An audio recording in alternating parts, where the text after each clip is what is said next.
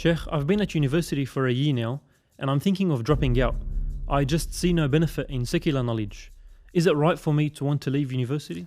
It's interesting you raise this question. You know, if the Muslims of the past had the same mentality and the same attitude towards knowledge, then they would not have excelled and created a civilization that has helped the entire world. Let me explain.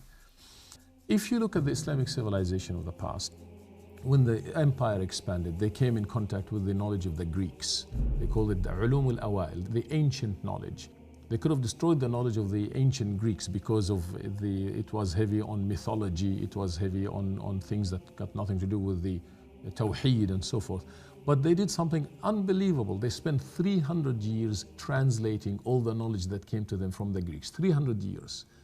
Not only translating into Arabic, but they edited that work and added to it. By about the 8th century, people like Ibn al-Haytham, who was the father of optics, he even wrote a book which he called Ash-Shukuk ala Batlimus, Doubts Regarding Ptolemy. So they invented even a special discipline called the Ilm al-Shukuk, the science of skepticism or doubts.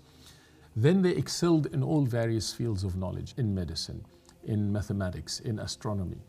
So the scholars, by the time of Imam Ghazali, rahmatullahi, they did not speak of sacred and secular, but they talked about ilm that's fard ayn, individually compulsory, or fard kifaya, a collective communal obligation, such as the acquisition of the science of mathematics or medicine or astronomy. If it helps the community move forward and if it serves the best interest of the community, then it becomes a communal obligation. And so especially we live in an age, they say knowledge is power. Knowledge is power. That's what Francis Bacon said in the 17th century. Einstein came and completed that statement. He said, only if it's applied.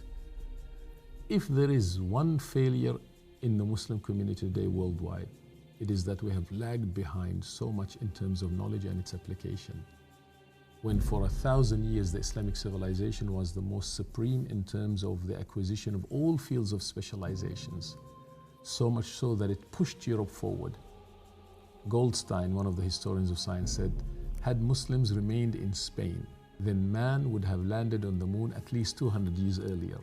So no, you don't give up your studies. You continue and you excel at it. And you try it, through that you can serve not only the ummah but also humanity at large. Jazakallah khair. That helps me make up my mind. Barakallah. Assalamu alaikum. Assalamu alaikum.